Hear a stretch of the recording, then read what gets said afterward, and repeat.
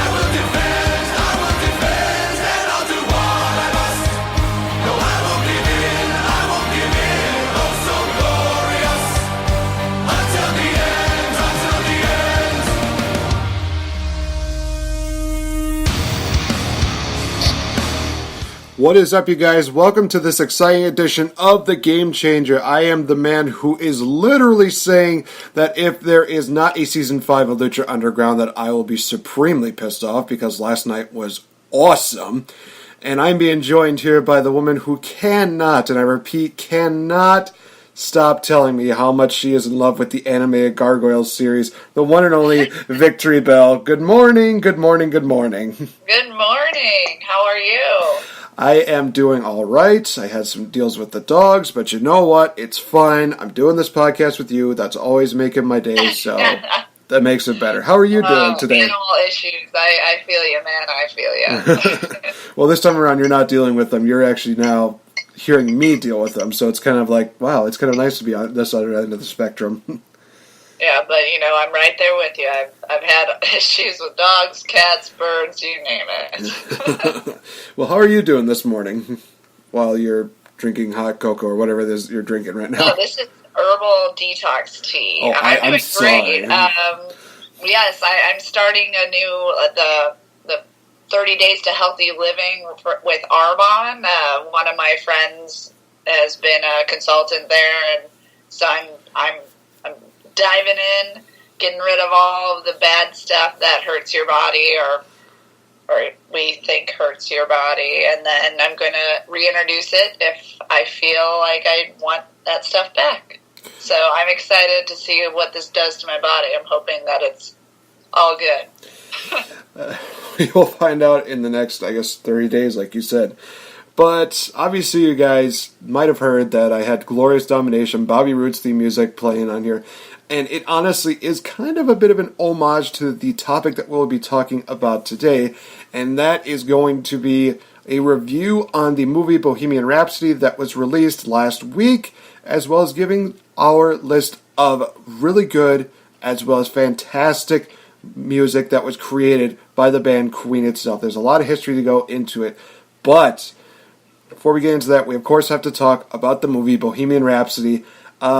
You were definitely very high on how good this movie was, so I think it's only fair that you take the reins, start us off, give us your thoughts on the overall movie, what you thought of it, and then I will give mine. So by all means, Victor Bell, take it away. How did you feel about the movie? Yeah, I loved this movie. Like, I'm going to be honest, I knew I was going to love this movie. I love Queen. I'm a big Queen fan. I've always been a Queen fan. My dad has the classic, Maroon album of all their best top hits he used to play when I was a kid. And so I grew up loving Queen. And when, just growing up, getting older, you learn more and more of their music and see more and more of the trends that they started and the outfits that Freddie Mercury wore and all the, really, forward-thinking Queen did was displayed in this movie. And there's stuff that, an average fan, like myself, I would say I'm a big fan, but I am an average fan, meaning that I listen to their music and I don't really know much about the band itself. I obviously knew a bit about Freddie Mercury. We know he died of AIDS, and so I knew he was, bisexual and kind of more towards the gay spectrum, more towards men, but he did identify as a bisexual. I knew that. I was like, wow, in that time, that was probably pretty scary. And having to go through, the AIDS epidemic in the 80s and 90s in America was just awful. But learning of that, he was, from Zanzibar and was, Middle Eastern Indian descent, I was, amazed. I thought he was, a white dude from England.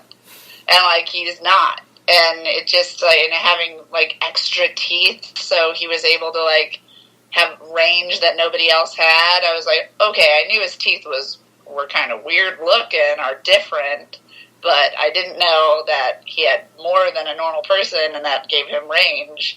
And, how the band started and how he just was, so different. Just everything he did was different. He's like, no, I want to be called Queen now. And everyone's like, whoa, okay.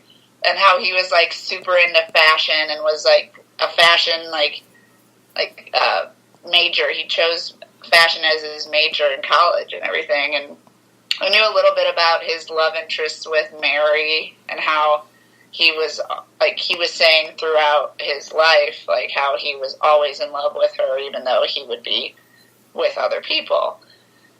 But I just think this movie was a great way to not only focus on a legend like Freddie Mercury, but just to see the band come together and support him through all this, crazy stuff. The band itself, they were like, well, sure, whatever, Freddie, whatever you want to do.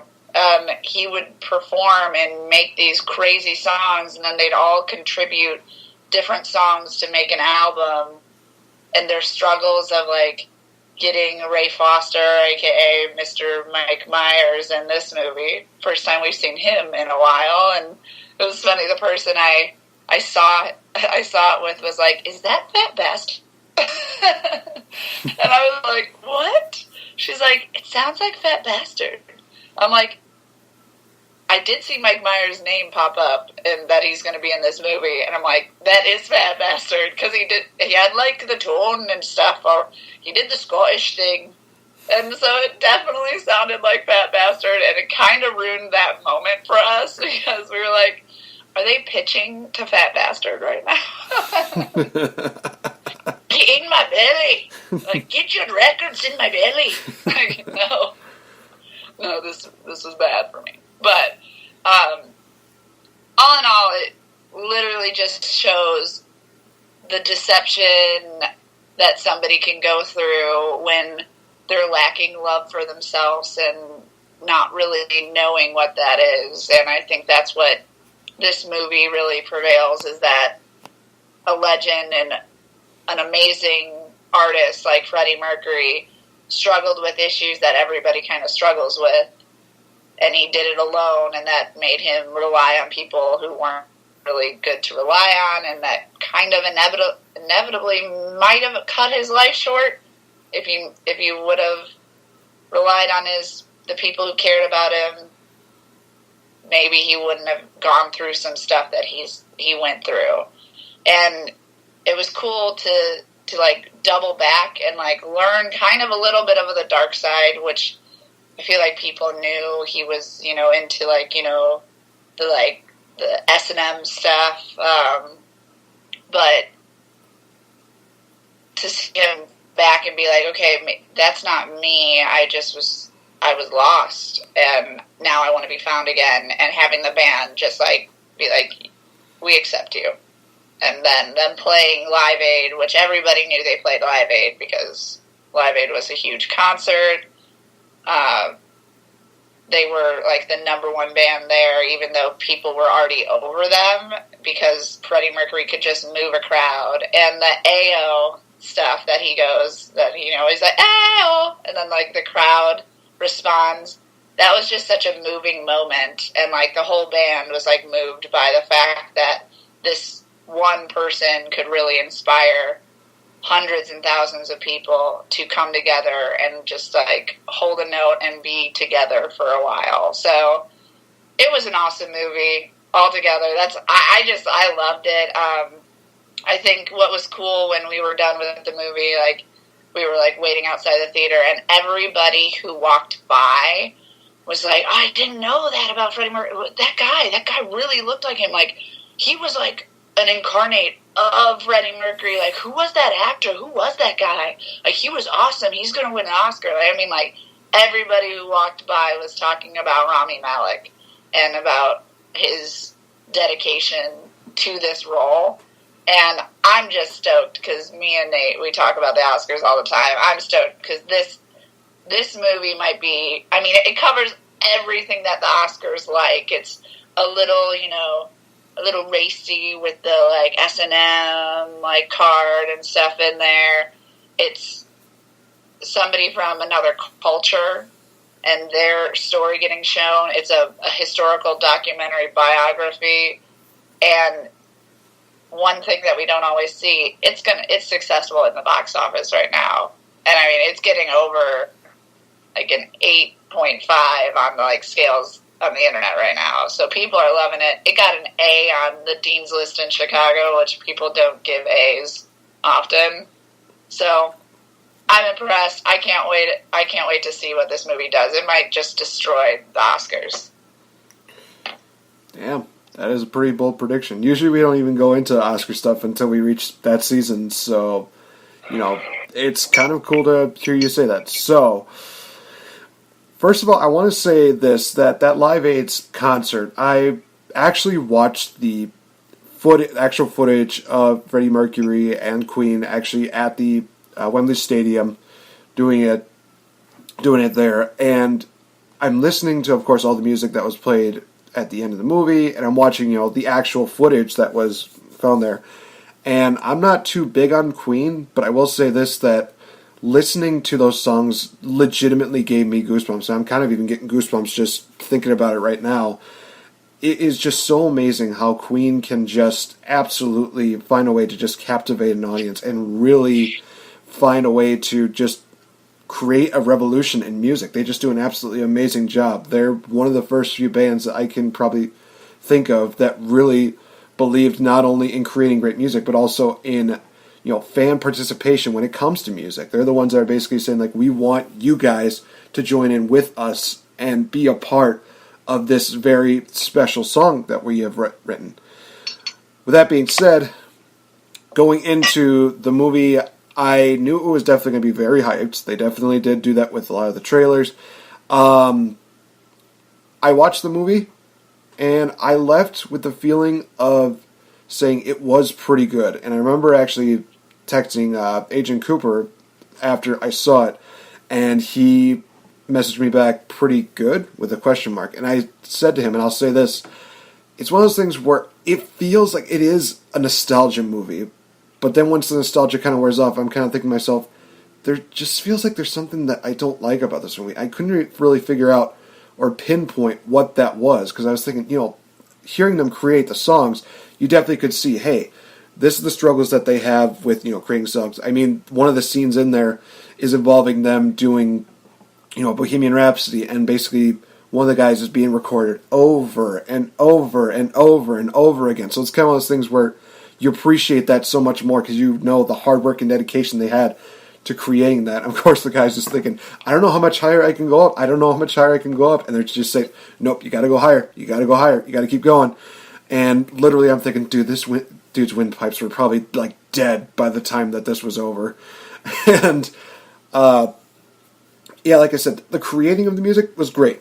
You mentioned Rami's performance, absolutely astonishing. I mean, I've seen him in other performances. He definitely does a fantastic job. Seeing him go from just being, this side character on Night at the Museum to going into this huge pivotal role of Freddie Mercury is no easy transition, but he does it so very well. He does legit, like a lot of the audience has said, he almost looks exactly like Freddie Mercury. I mean, from the teeth to the mustache to the facial expressions, everything he did, he just almost was indeed like a second incarnation. So again, going back to the question, why is it that I still feel like it wasn't the perfect movie? And I thought to myself, well, maybe there's something that I'm missing here that I'm kind of at a loss for words. And I did this. I didn't go to the professionals on this. I did not go to the professional critics because ever since they trashed Venom, I was like, nope, they're out of my peripheral range. They're off my radar.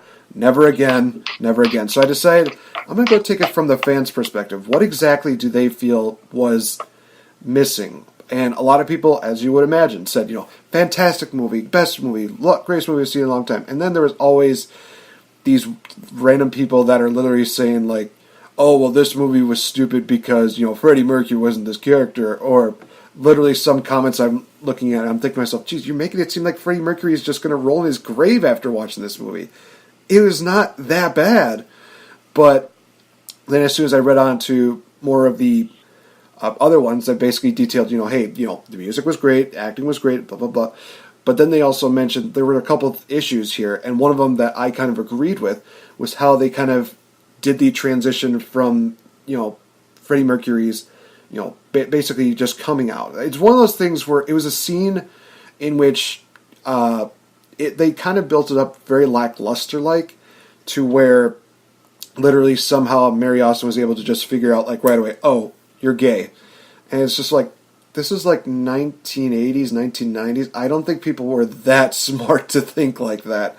I would think that they would be more thinking, if they're not feeling the emotion towards their loved one, they'd be thinking like, maybe he's cheating on me. Maybe he's seeing another person. Maybe he's happy with another person. But for some reason, she was able to just figure out like, oh, right then and there, you're gay. And then from there, it gets to be really bizarre how they even handle that. I know some people even use the phrase very flamboyant gay. And it's really hard to, look past that word without going back to it and thinking that somehow seems very, very accurate. Now, I mean, obviously, he had that kind of flamboyant personality to start anyway. He was very happy. He was very, bouncy. He was just seemed like a happy-go-lucky guy. But then it seemed like he got a little more over the top as time went on. I remember they had that scene where there was like a random gay bar, and I was just kind of like, well, this is kind of unnecessary. I don't understand the point of this. Did he really have like a bunch of just dudes over, and did they have like massive orgies or something? What is this? I really don't think, and I don't know too much about Freddie Mercury's history, but it's kind of one of those things where it's like I don't think that this was necessary.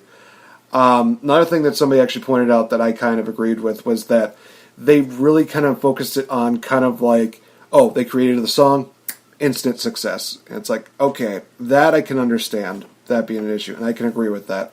It didn't seem like they were doing too much in the ways of, the trials and the hardships and everything that they had going into that. It was just kind of like, oh, hey, they created the song, it's an instant hit, no problem. Except for Bohemian Rhapsody, when they just decided, hey, we're going to do this on a random radio show, and they showed, like, hey, all these people, like Rolling Stones, all these magazines are basically saying, like, it's trash, too long, it's blah, blah, blah. That was, like, the only time where I felt like, okay, they're basically taking actual historic, facts, and they're putting it into this. Okay, so there's that. And I'm just thinking to myself, again, other than that, there's really no showing of, like, the negatives of what they really had to go through as musicians, as artists.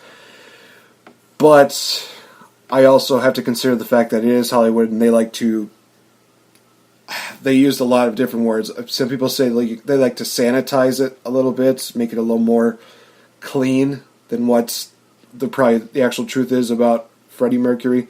They kind of like to make it more glamorous and more stylish and more lavish.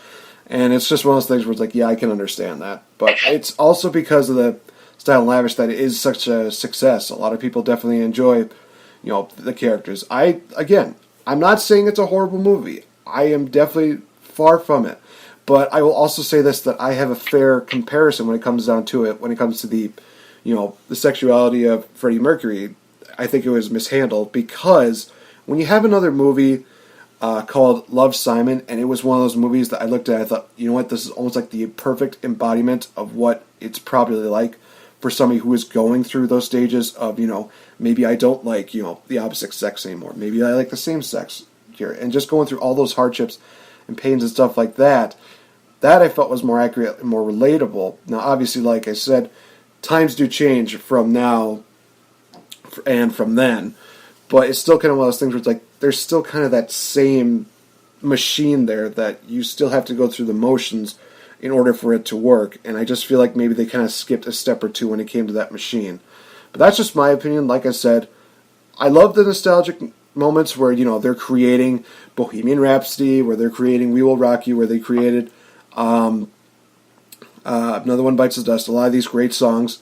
And like I said, Rami did an absolutely amazing job. I think that there were a couple dark moments that did stand out, and of course they ended up with the Live Aid's concert, which again was just very cool, great to hear a lot of the songs. I think they might have missed out on a couple songs after listening to the actual Live Aid's concert that they had, because I was thinking to myself, well, wait a minute, they didn't include this song, they didn't include this song. Okay, they kind of just, it's never going to be historically accurate, so I have to consider that as well. But yeah, that's what my overall thoughts about it. For me, I'd give it a grading of 4 stars. It was still a good movie, like I said. A couple nitpicks, things here and there where I had issues with. But other than that, like I said, great performance. And if it, wins a lot of Oscars this upcoming year, hey, I'm not going to, say like, oh, it didn't deserve it. No, it definitely does. It's getting a lot of praise from, people. It's still getting not that much praise from professional critics, but then again, why do I care about professional critics? They bashed on Venom, and Venom made more money than they could possibly imagine, so suck it. Anyway, go ahead. Your final thoughts and ratings on Bohemian Rhapsody? I'm a little confused about some of the things you said. All right. Like how he came out and stuff. We were kind of seeing the evolution of him doing that throughout the whole movie. Like, he was always a little more flamboyant, and, like, it wasn't that gay wasn't a thing back then. Like, people knew about it. It was just more frowned upon than it is now. So, like, and especially in Europe and in London and stuff like that, they were always more forward-thinking than America. America blocked some of their music videos and stuff because they were too racy, they call them. Right. So, like, Mary knew him better than anyone else did in his life. He said that multiple times in the movie, and, like, she, as a person, has said that. And so her knowing that he wasn't, like, into her as much as he would be into men just made sense, and it kind of solidified their feelings for each other and kind of how they knew each other more than anyone else. And we did see him, like, he was, like, looking at that man go in the men's bathroom. He was always, like, looking at men in a different way and doing fashion a different way and doing different things with his body that would be a little more feminine. So I've never come out. I'm not, I'm straight. So, but I thought it was a really cool depiction of it, and cool depiction of showing that Mary wasn't against the fact that he was gay.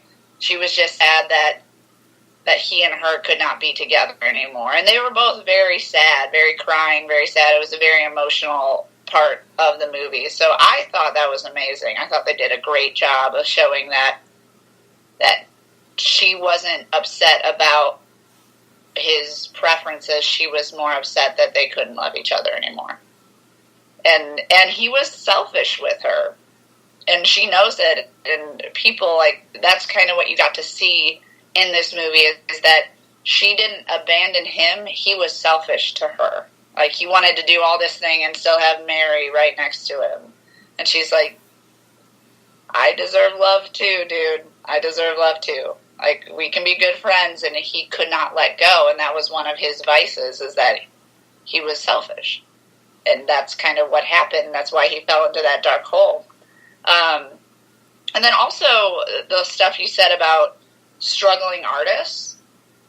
Like, it started with them being struggling, but once you have success, I don't understand why you would think those songs wouldn't be instant hits.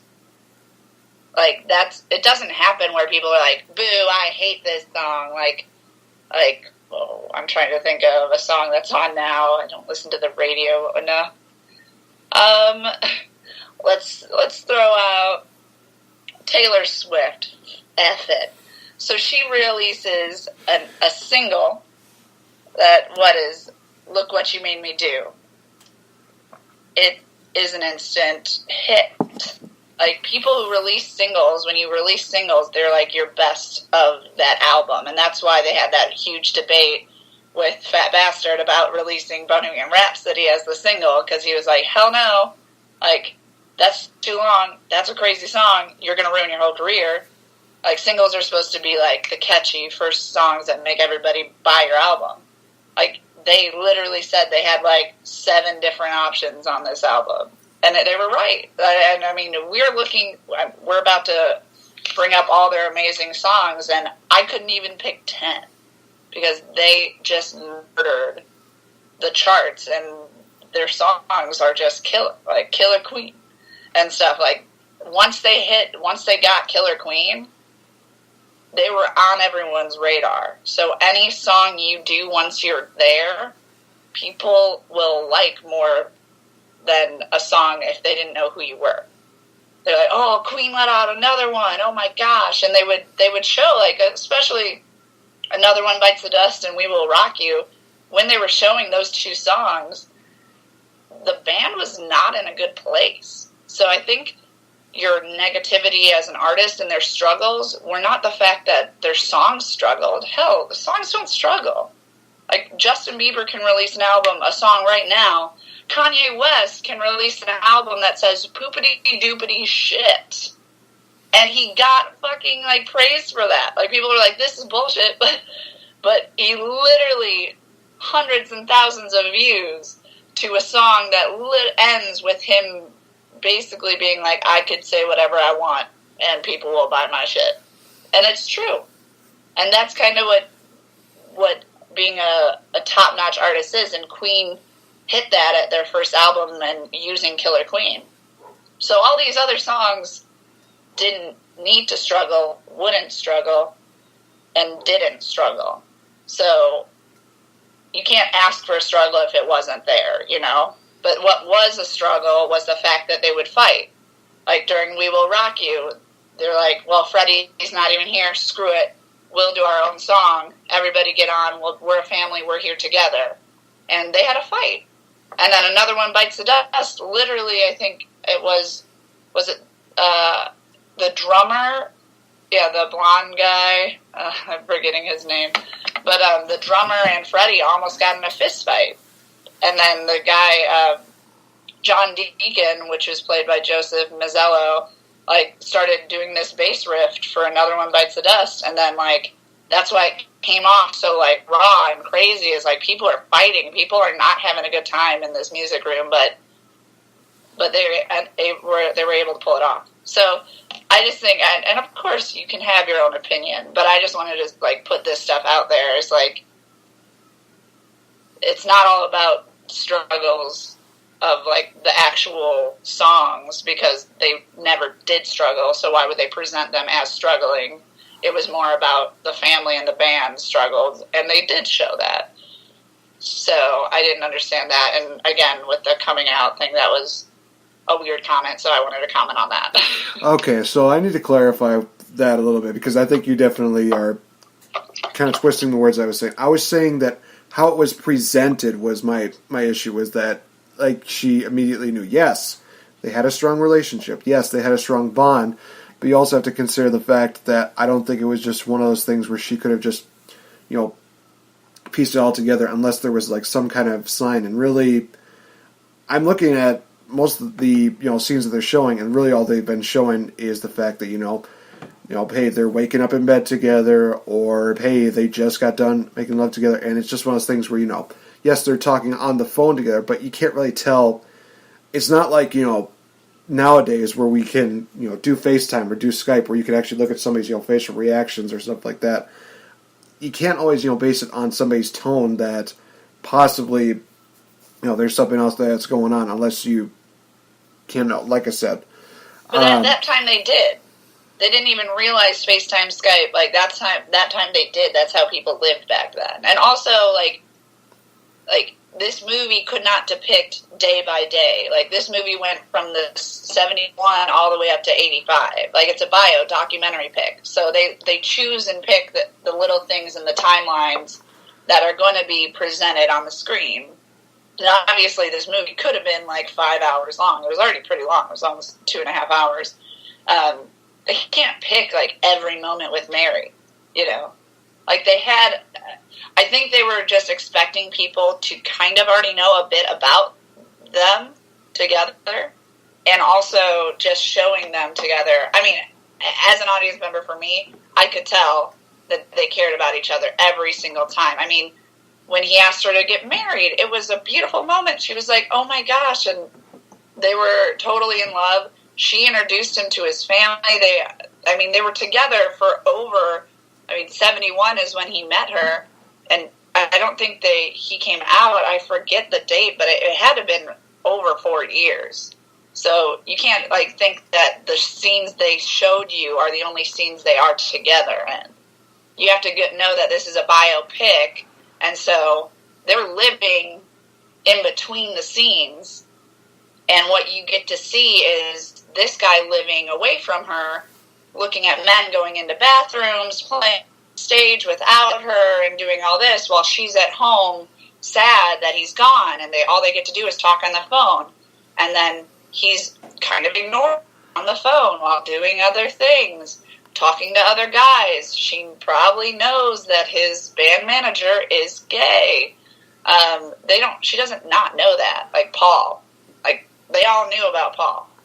And all the band, if they didn't react when Freddie was, coming out, because everybody knew. And for the most part, I'm not going to say this happens all the time, but usually if a friend, I've had people come out to me, and I would say 85% of the people who have come out to me, I know you're gay or you're a lesbian. I know. It's not that I don't know. It's the fact that it's your decision to tell me or not. And so what was happening was Mary was attempting to get that out of him because she feels that close with him, and he wasn't giving it to her. So she was like, tell me, say it. And he wasn't saying it. And so then she's like, you're gay, Freddie. You're gay. And then he was like, you obviously, it took him back. That was a really strong moment, of her trying to get him to say it, and he wouldn't because he was so ashamed of it. But then when she was like, and she's like, this always happens to me, guys leave me, guys mistreat me, and the worst part about this is it's not even your fault. And I think that was a huge moment for him, a huge moment for her, showing that she has acceptance for him, and still cares about him. But obviously, that's when it turned into a little more selfish relationship for him, about wanting her to keep the ring, keep it on, always be there, I always will be there for you, blah, blah, blah. And it snowballs. But that, people don't not know. I always know. I don't always know if, I don't know the person, but if the person feels more comfortable enough to have that sit-down conversation with you, you usually know. Fair enough. Yeah. Well, honestly, I'll probably just need to keep looking, because you basically, took my points and have very good, compelling arguments. But it's okay. Everybody can have their own opinions on a movie. I just wanted to, talk about what obviously, if you have a reason, if you were like, well, I didn't think he sounded like Fat Bastard at all, you could totally say that, but it's frickin' Mike Myers. So, he has, it was either Shrek or Fat Bastard, I don't know which one. But you can always have discussions. That's why we talk about this stuff, because if you have issues with the movie and I didn't have those issues, I'm going to try to argue my case. And that's what I got out of it. I didn't feel like those were issues. If you can totally still feel like they're issues, Nate. They're your opinion. Well, the problem is, like I said, I'm still trying to figure out what the issue is. I thought I figured it out, but you made some compelling arguments as well as some facts. So it's kind of one of those things where it's like, okay, maybe it's not that. I don't know. Maybe it's the pacing. Maybe it's just how the storyline worked. Maybe I need to really more familiar with freddie-mercury before I start, deciding. Hey, and then maybe at the end I'll be like, okay, it was a great movie, and I was just blinded by something. But anyway, getting a little off topic here. Like I said, getting back to my original question, which was your final thoughts as well as your ratings on Bohemian Rhapsody, because we obviously went into a completely different direction. I rated it. I gave it an A. Okay. That's how the Chicago people rate. The Dean's List. I love WGN. They always rate with letter grades. And I agree. It's an A, and I think that if you're a fan of Queen and Queen's music, which I don't really know if anyone's never heard any of these songs, then I think you need to wake up and smell the roses. But it's a cool way to learn about a historical legend who is Freddie Mercury. And the Queen. He's not the band, remember? He said, I'm not just a band. So, you definitely have hit the nail on the head, is that we definitely want to talk about quite a few of the different songs that Queen has definitely put out.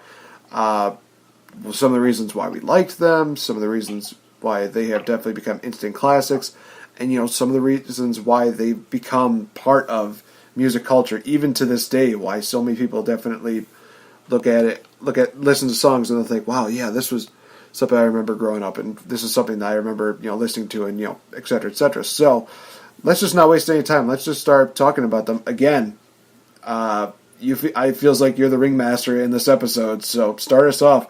Give us a wonderful Queen song that we could start off with.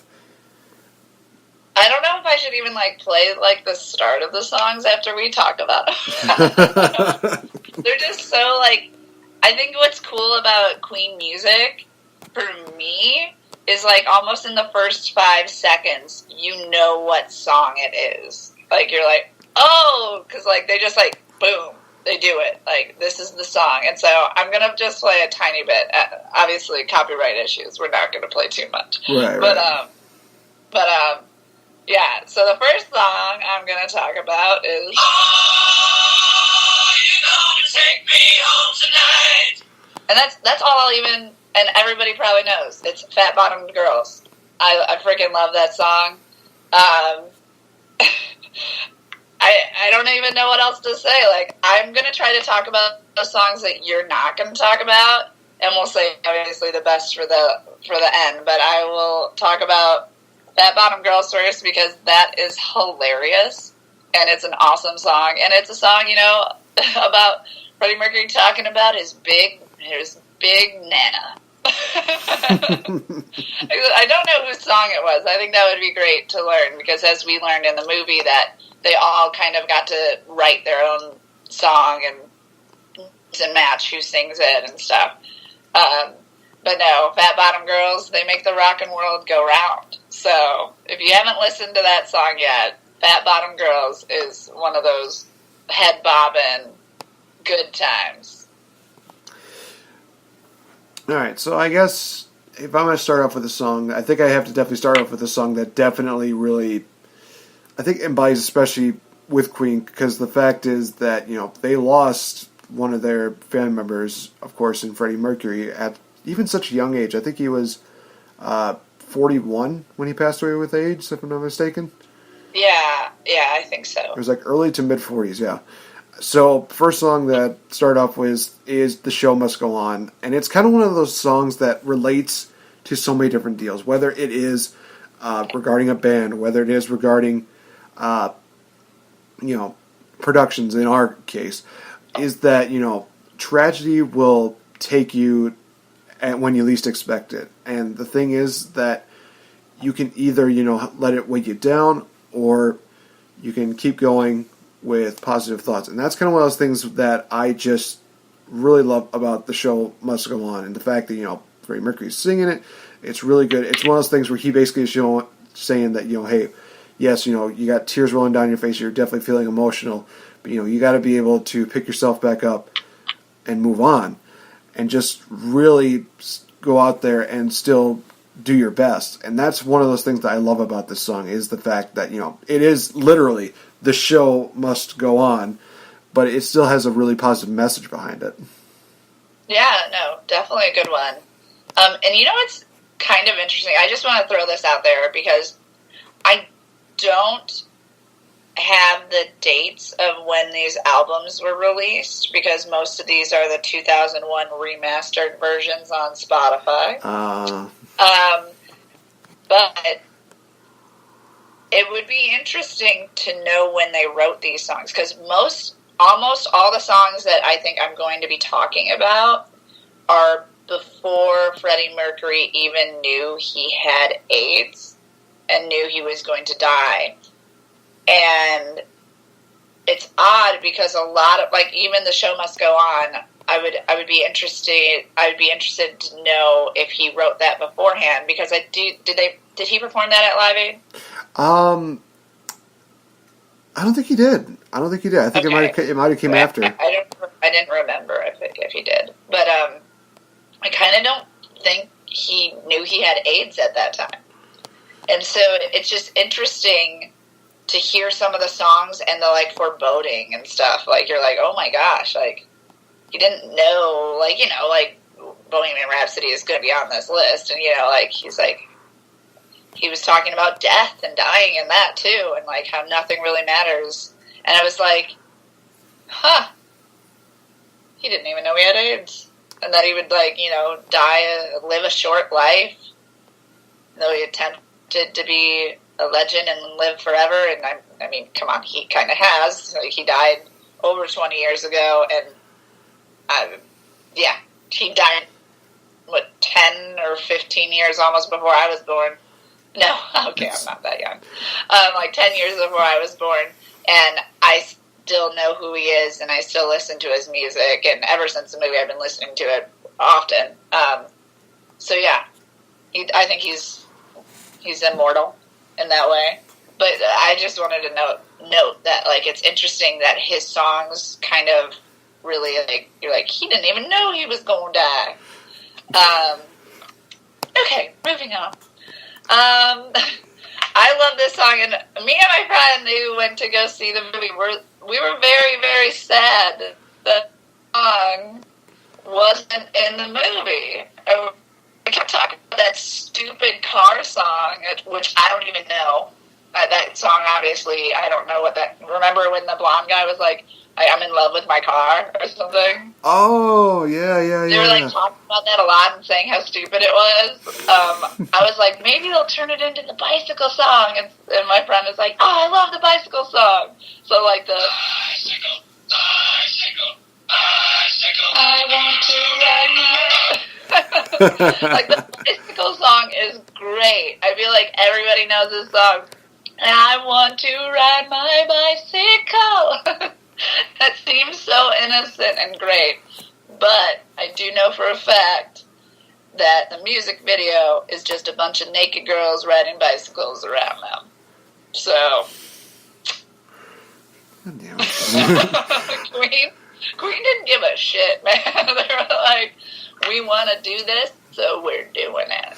If you didn't notice when they threw a rock through the guy's window. But no, the bicycle song is great because it seems like such an innocent group, and then you watch the music video and you're like, oh, what? Like, I don't know if he's talking about a bicycle anymore. I think I got one that can probably match that. First of all, it's one of those things where I am now officially jealous of Queen, because it's like, oh, all you have to do is just, sing in the music video and you're just basically going to be surrounded by naked girls on bicycles. I'm like, I feel like that's every man's American dream. Even nowadays, they're just like, I would still be okay with this. But one that probably could almost match that as far as, lunacy, I guess you could say, is the song I Want to Break Free. And it's one of those songs that is so... I'm not saying the song is controversial, but the music video, of course, is definitely very interesting, because you have all the band members, they're singing the song, and they are all in drag. And apparently MTV thought that was too risque, that was too much for people. So it's one of those deals where I'm just like, wow, even MTV found its limits back then. That's kind of crazy to think. But, the song itself, basically just wanting to break free, being able to not feel like you're shackled down, that you're chained down. It's just a really, really good song. I mean, obviously, if you're listening to the music, people hear it, and they're definitely going to be hearing the, hey, yeah, I want to be able to, break free and not be, shackled down. I want to be able to, just be like a bird and be like an eagle, just fly away and just be free. But then, of course, you combine that with the music video, and then you're just like, what's the song about now? Because I'm more focused on the fact that there's all these guys dressed up like in drag. And I remember, and what was cool is that it wasn't like, and Freddie was like pissed off because he's like, this wasn't even my idea. That's right, I remember that. Like, God damn it. I can honestly see Rami, like, off character, just being like, oh, you want to come upstairs, good sir? Just, like, completely improving that entire deal. I'll be like, oh, dude, God dang it. I literally think to myself, if Rami does that, I will say to him he could be the next Robin Williams when it came to, he did the whole Mrs. Doubtfire deal. But I'm not going to assume anything. If somebody tells me a story that he does that, I will literally say, like, oh my gosh, this might be my new favorite actor. But we'll see. Again, Want to Break Free, really good song. And it's definitely enlightening. I love, again, that a lot of these songs are definitely always enlightening, because it always seems like there's some kind of special meaning behind it, as well as something that you can take away from it, whether it's the music or the lyrics. Oh, yeah. 110%. Love that song. So I'm still trying to hit the ones that you aren't hitting. We're gonna reach a point that there's no avoiding it. So just take whatever ones you want, and I'll try to pick another one. So I think it's pretty interesting. So I really like this song. This was played, during once he kind of like came back from being super selfish and being like, oh, like, I ruined my life by sticking with this Paul guy. And I think most people will recognize this tone, and some didn't know. I didn't know this because I was more familiar with Vanilla Ice at the time.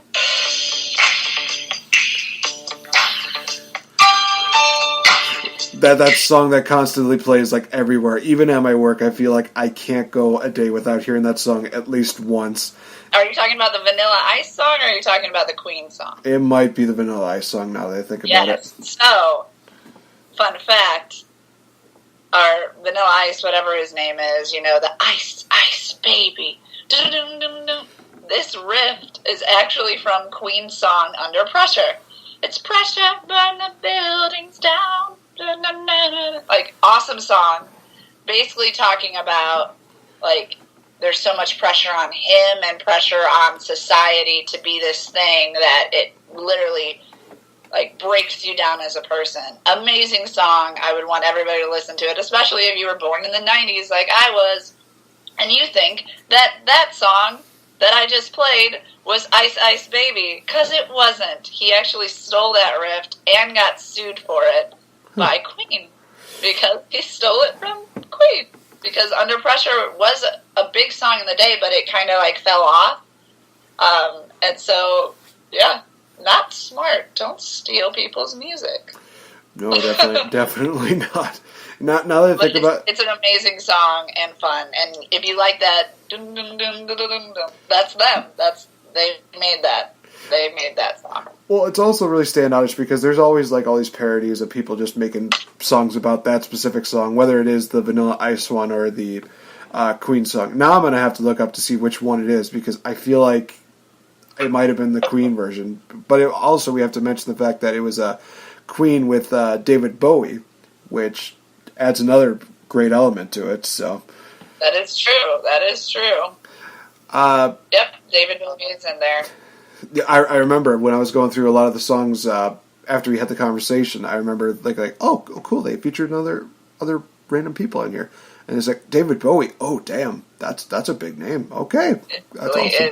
It really is, and yeah, you can, and it's cool because you hear David Bowie's voice, but you also hear like some of these songs. You'll hear like the other Queen members, and you're like, oh yeah, they could sing too. This song I kind of like because it does kind of factor into one of my favorite series that I used to watch on the FX network, and that was Wilfred, which is basically Elijah Wood talking to a guy in a dog costume. And that is the song. Do you know what I'm talking about? I do know what you're talking about. Yeah, the song "You're My Best Friend." Basically, I knew it. It's one of those songs that just, again, just really embodies, I think, how close of a family that they were to each other, where they just talk about, it literally is that. I can't, explain it more better than that, just, you're my best friend. That's really what it is, and it gets, brought up every now and then, and it's still a really good song. It's one of those songs, just got a nice, steady rhythm to it, it's really nice tone, and, of course you hear the, oh, you're my best friend, just awesome. Yep, I love that song. Love it to death. So my next song, I actually didn't know this song until the movie, and that's why I really would like to give it some props. The Radio Gaga. It obviously was a hit in the time because everybody at Live Aid knew it and knew like Gaga, Radio Goo Goo, Radio Ya, like all the fans sung with him. But I thought it was a really, really great song because, I really like the more our time frame, like Video Killed the Radio Star.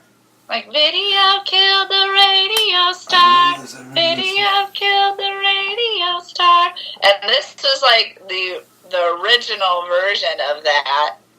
Like, literally Queen talks about in the frickin' like 80s, 90s, or not 90s, 80s, 70s, or late 70s, about how radio's dead.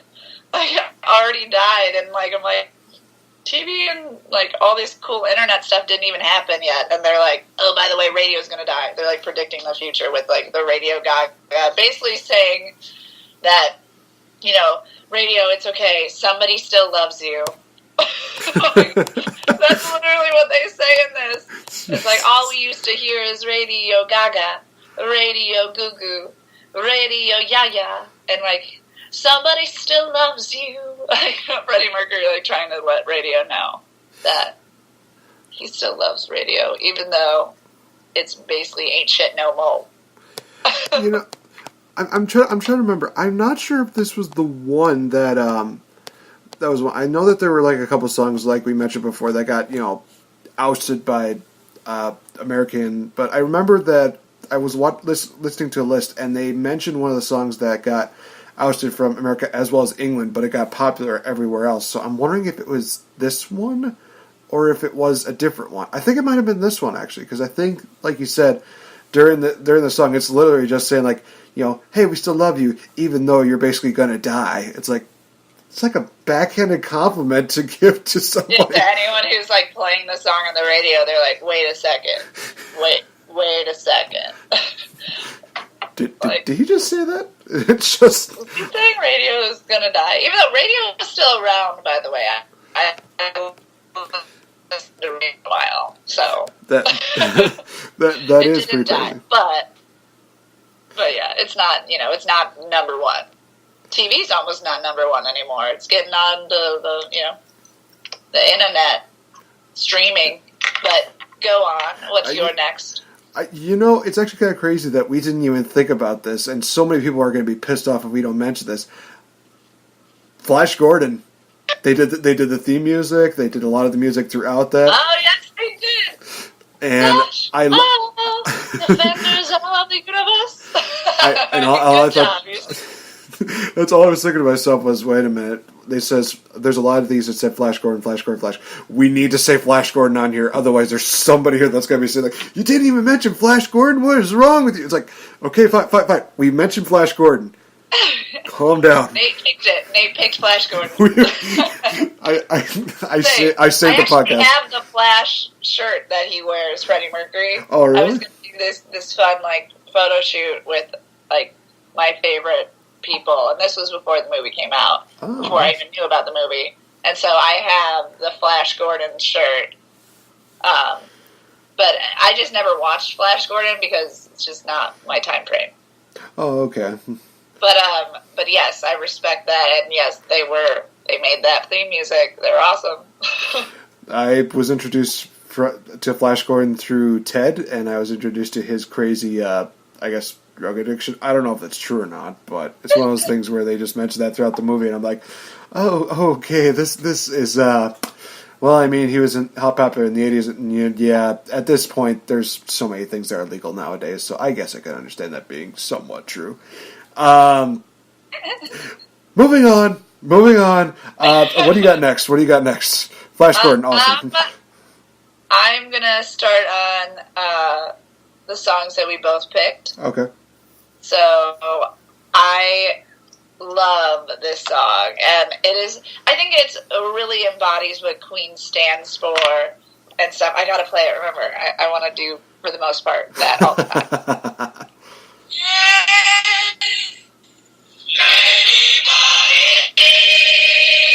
See? You already know. I don't even have to say the name of the song. I just 2 seconds of it, and everybody knows what I'm talking about.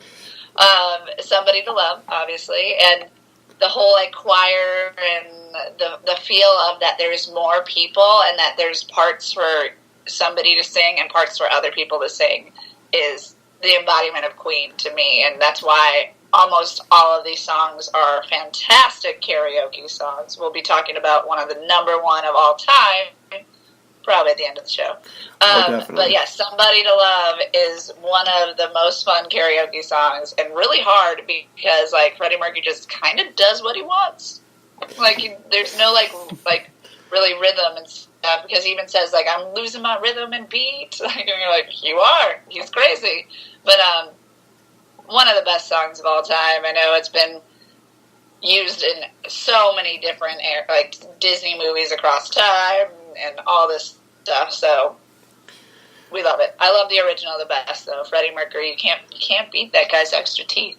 No, and I think again it kind of probably does go to remembering the fact that Freddie Mercury was going through a really tough time, and a lot of these songs were influenced through his friendship with Mary. There are quite a few songs on here that we could probably mention that say that some people might say well, why he put that, because it's a reminder of his friendship with Mary. As we mentioned, he's very vocal about the fact that, hey, yes, we're not together, but she's still a big pivotal part of my life, and that's always really cool to see. So another one that I have on here that I actually found out about, but I am now at the point where I am listening to regular versions, and I want this to be my song forever. I think even when I go to the afterlife, I want the floodgates of heaven to open to this song. God Save the Queen. Obviously, they're from England. We got the British national anthem going. It's just instrumental, but obviously it's enough for me to be okay, wait a minute, this is familiar. Okay, let me just look up God Save the Queen. I'm listening to these other movies. Oh my, I love this national anthem. Oh my gosh. This is literally another one of those situations where it's there are countries that are laughing at us, and UK is literally just we have the more classy and more sophisticated national anthem compared to yours. But again, it's just showing respect to their homeland.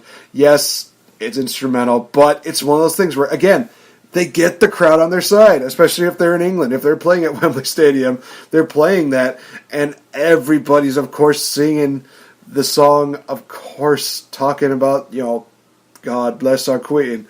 Just a really good song, and again... It's a little bit narcissistic, but I love it. I think it's hilarious. I That's don't why he care. named Queen. I really don't care at this point. When no one tops us. This is legit one of those situations where, again, England beat us to the punch, where we're still having that issue of equality. This is literally where they're just saying, like, we know that women are basically ahead of us, so we're putting her at, like, the top of the list. So it's like, okay, England's got the hint. Us here in America, we're still learning the fact that even if we win, we lose. And guys, you know what I'm talking about, especially if you got a nice little metal thing on your finger. I'm gonna go no farther than that. Please, by all means, get me out of this hole right now. What do you got next? I guess I'll start doing more of the crazy songs. I'll go with their first really big hit, which was Killer Queen. Another homage to their title, their name. And I guess I should have. Oh man, I'm really sucking at this whole play the song while you do it. Jesus.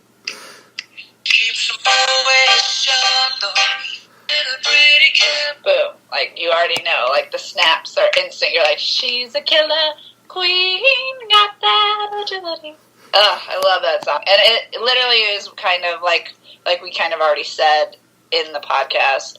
It's what made Queen who they are. It was their first big hit, their big single that opened them up to becoming this epic band that everybody followed, allowing America to get a hold of them and, all that jazz. So that's kind of all I have to say about Killer Queen. It's a great song.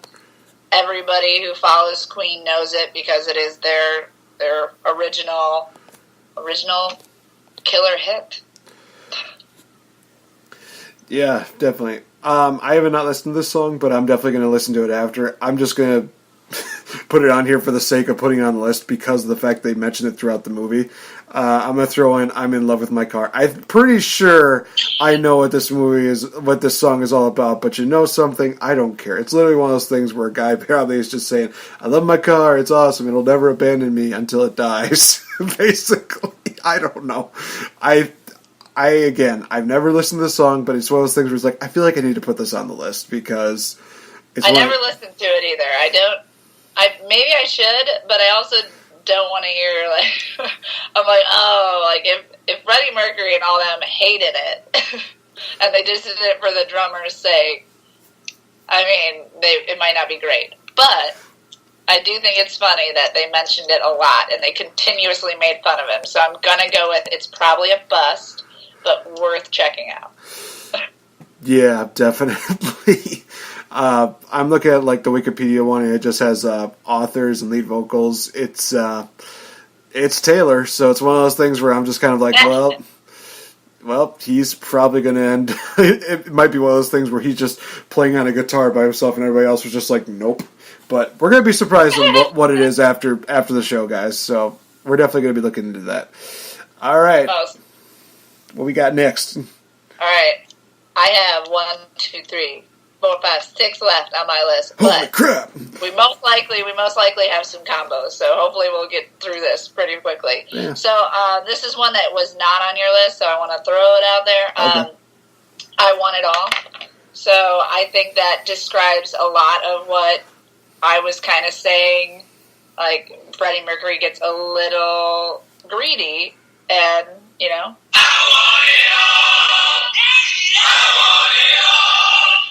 I want it all! And when? I want it now! Oh, he wants it now. That's been on so many commercials, by the way. They have probably make so much money from that song because I've heard it everywhere. But it's a great song, another headbanger, and one that it inspires. You're like, yes! And I want it now. I'm like, whoa, like, okay, bring the pizza. I don't know. What do you want? But it's just another fun ballad that they did that is making them a hella royalties. Queen gets royalties, imagine. God dang it. Oh, man. We're going to be there's going to be one episode guaranteed where it's just going to be nothing but puns, and I will just tell you this. Charisma, I will tag you in it, and you will love it probably as much as when we did the bad jokes. I'm going to do a combo one for this one because they kind of do go hand in hand, kind of circle together. Literally, you just have to change the last bit of it, and that is, we are the champions and we will rock you. Literally, they go hand in hand with each other, do absolutely amazing. And again, it's songs that people get behind. It's songs that people really can just interact with because you know the lyrics. You know what they're going to be saying. It's, basically they're just saying, like, okay, what's the refrain going to be? It's going to be this phrase. Okay, we're doing this. And just, again, it's always really good, celebratory deal. We will rock you, always good to just get you kind of hyped up and ready to go. And then, of course, we are the champions is always the deal where somebody's got a big win and it's like, hey, yay, we won. Everybody's just doing victory laps and we are the champions just plays off. Yep. Super sports, man. That's all sports all the time. And I don't think Queen meant it to be, but hell, again, royalties up the anus. I'm gonna make a guarantee. I'm gonna make a guarantee. If I can somehow finally beat you at the Oscars this year, I will literally run around the room playing "We Are the Champions" by Queen. Hopefully, I'm hoping that one of their songs gets played at the Oscars, regardless, even though they're not like new tunes. But like they're Queen, they're amazing. But just as a Chicagoan here, I do have to, give an extra homage that "We Will Rock You," has been the Bulls theme for like over 20 years. I feel like that song comes on every home game, and that's what they do. That's the 90s Bulls that won all those championships went out to like "We Will Rock You." Man. And we haven't changed since, so wow, the Chicago Bulls. What? I was going to say, wow, the Chicago Bulls. I haven't heard that reference since Space Jam. Yeah, but you know what I mean. The beat that they made up is literally the beat like that they run out to still to this day. No, so, I know what you're talking about. I thought you were talking like you know who the Chicago Bulls are. It's like, yeah, Chicago Bulls. Basically, they fell off the wagon as soon as Michael Jordan left. Kinda. They tried for a little while, but that's all I know about basketball was that he went to the Bulls and then he went to the Wizards and then that was about it. And then well, he won what? I think it was 4 championships. 4. Maybe 7. I as a basketball player, I should know this, but I don't. So I say 8 because I believe Space Jam was based on a true story. You can fight me on that, whoever wants to fight me on this stupid topic. God dang it. All right, so what do you got for us next? Because I think I'm scrapping like the bear in the bed. I have 3 more left on our list. Okay, just do the 3. My number 1, because we don't hear this. So my number 1 favorite, which is not probably the number 1 overall, because the number 1 overall we'll talk about at the end. It's probably pretty obvious. But my number 1 favorite song of Queen that I just love is this song.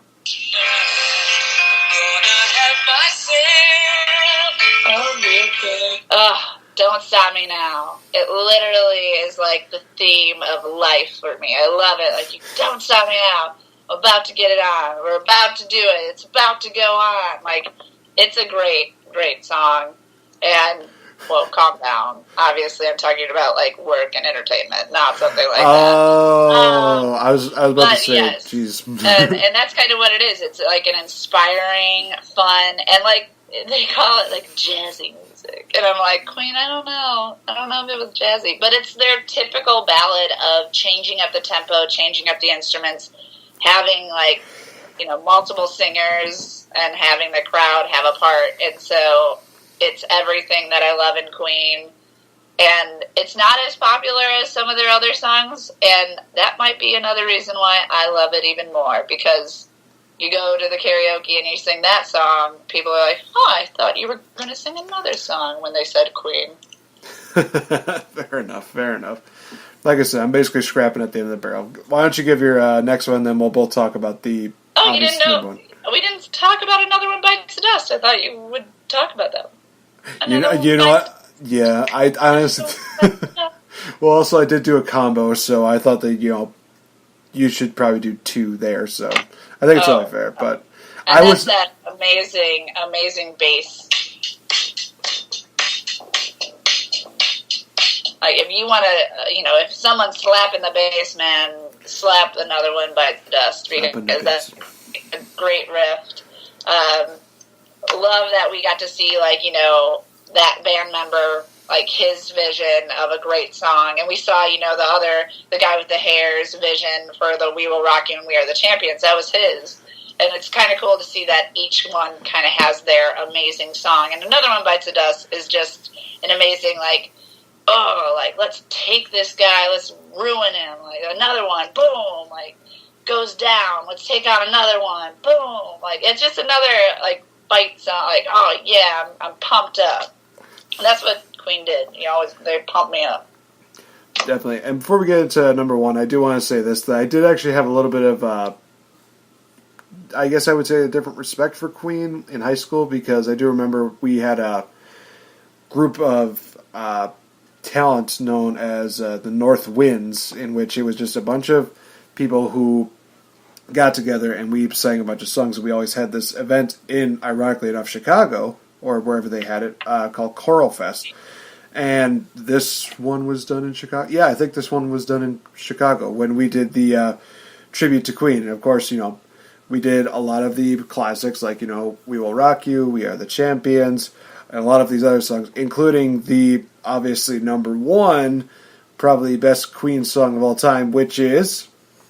Bohemian Rhapsody. Hey, what a shock. I gotta play it just to start. Is this the real life?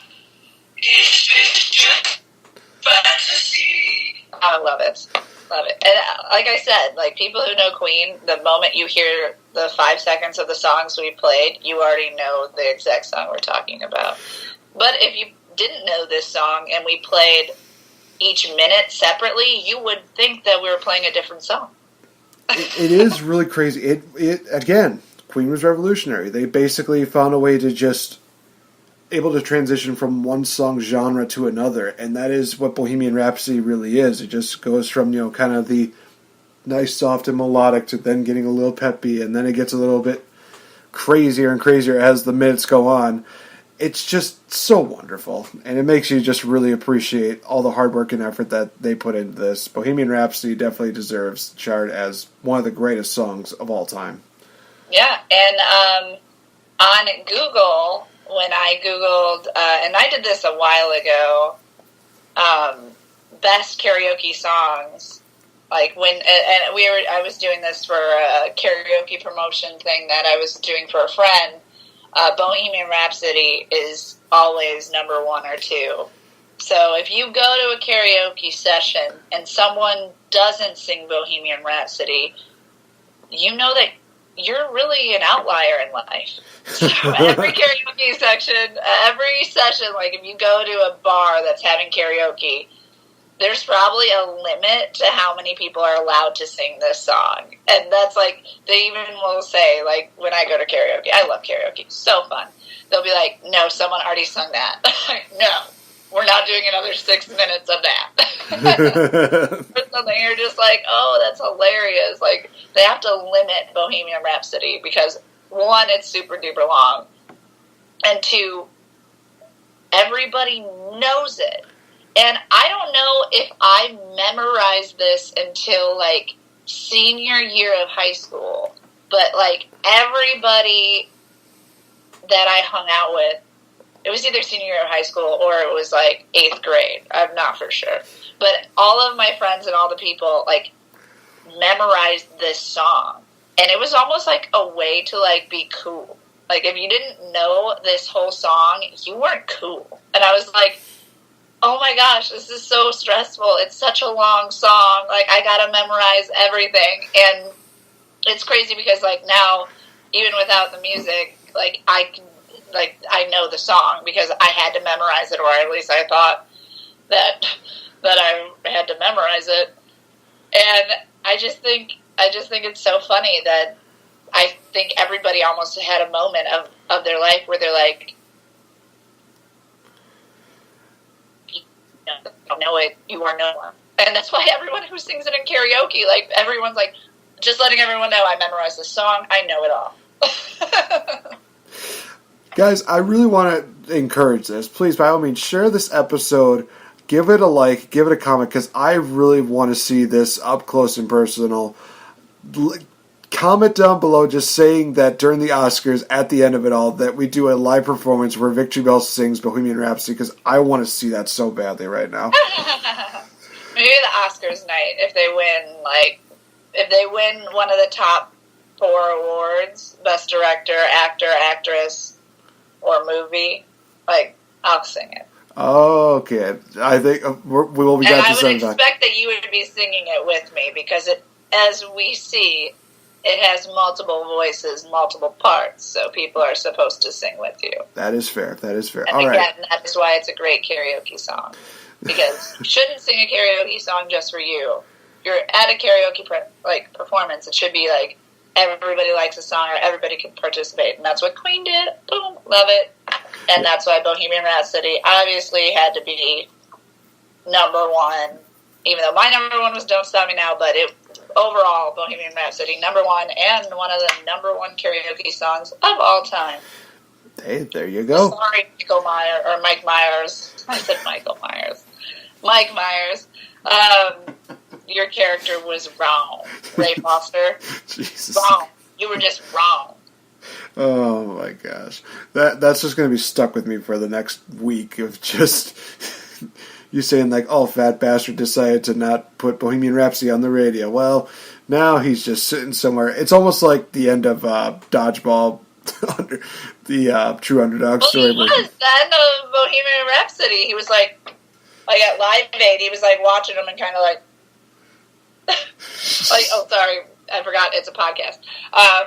Like he's crossing his arms and kind of looking a little salty, but also like nodding along. Like, you're right, it's good music. Gosh. Oh, man. So that is going to be our review as well as our talk of Queen, Bohemian Rhapsody, everything that you basically can name. We've discussed it, you guys. So with that being said, we're going to wrap up this edition of The Game Changer. Victory Bell, I know that we got the holiday season coming up. It's going to be intense. It's going to be crazy. I know I got a lot of stuff I got to plug pretty much coming up. But I got to know, is there anything crazy that you're going to be doing for the holiday seasons or anything coming up for special events? I'm doing a few promo events, but again, this weekend I'll be out in Seattle, Washington, doing a Michael Kors event. Like, we're doing embossing on handbags and wallets and stuff, so get your initials on handbags if you're in the Seattle area. And I'll be in Vegas over Thanksgiving, but that's more like for family and stuff. Well, because I have family there. Yeah. My next, I guess, big event in Chicago is going to be dealing with more of the health stuff that I've been on. A little less comic booky, more healthy fitness stuff. So we're doing a big health fair in downtown Chicago at one of the gyms I represent. And we're basically going to be giving free stuff, free massages, free samples of all this good nutrition, free nutrition, like education and whatnot, and a little bit of free personal training down at Rep's Gym in Ukrainian Village. So if anyone's in the Chicago area, December 8th, we're going to be hosting that. And that's more of what I'm on now. Yeah, you basically helped me decide what we're doing for next week. Since you're saying less comic booky, I'm thinking, okay, next week podcast, more comic booky stuff. We're doing it. I'm making the decision right now. What it's going to be. We're doing comic book stuff, you said? More comic booky, basically to make up for your lack of comic booky stuff that you've been doing as of late. So. Oh, okay, that's fine. What it'll be. Like comics. Yeah, what will it be, guys? You'll find out next week. But like I said, a lot of stuff going on. for me, especially the next few months. You can definitely expect me doing probably a top 10 best movies before the month is over. I'll be going through all the movies that I've seen from this year, from January all the way till here in November. Obviously, some people are going to be saying, like, but you're going to miss out on the December stuff. There's probably going to be some Oscar-related movies. Let the Oscars take that. I really don't care. I'm at the point right now where it's like, I've seen enough movies, time to make a list right now, so I'll be working on that. Probably expect that within the next couple weeks. Next week for wrestling fans, it's Survivor Series, so definitely check out that on the WWE Network. We're not sponsored, but I got to plug it because that's kind of the cheapest way to look after that. And of course, guys, it is going to be the GC Warfare as Team GC Game Changer. We'll be taking on Team Kings of the Rings podcast. Will, Dave, Ricky. Next week, you're going to find out who the final member is of our team. Got myself, I got Agent Cooper. But let's just say this, you guys, it's going to be somebody you definitely would not be expecting. So, with that being said, be sure to tune into other interviews as well as other great stuff that will be happening within the forthcoming months. Check out Victory Bell on her Facebook fan page. Check out all the stuff that she has. Leave her a like. Leave her some comments that are clean, of course, gentlemen. And okay, I'm sorry, ladies and gentlemen. I want to make sure that we're being equal here. Also, be sure to follow me on Twitter at RealFNGame. Give us a like on our Facebook fan page. And also check us out on Spreaker.com, YouTube, as well as on iHeartRadio, you guys. Thank you so much for all your support. It always means a lot. We are just about out of here. And just remember, guys, a little bit of advice for you. Toothpaste and orange juice, not the best combination. So we'll talk to you guys later. Have a good one. Bye.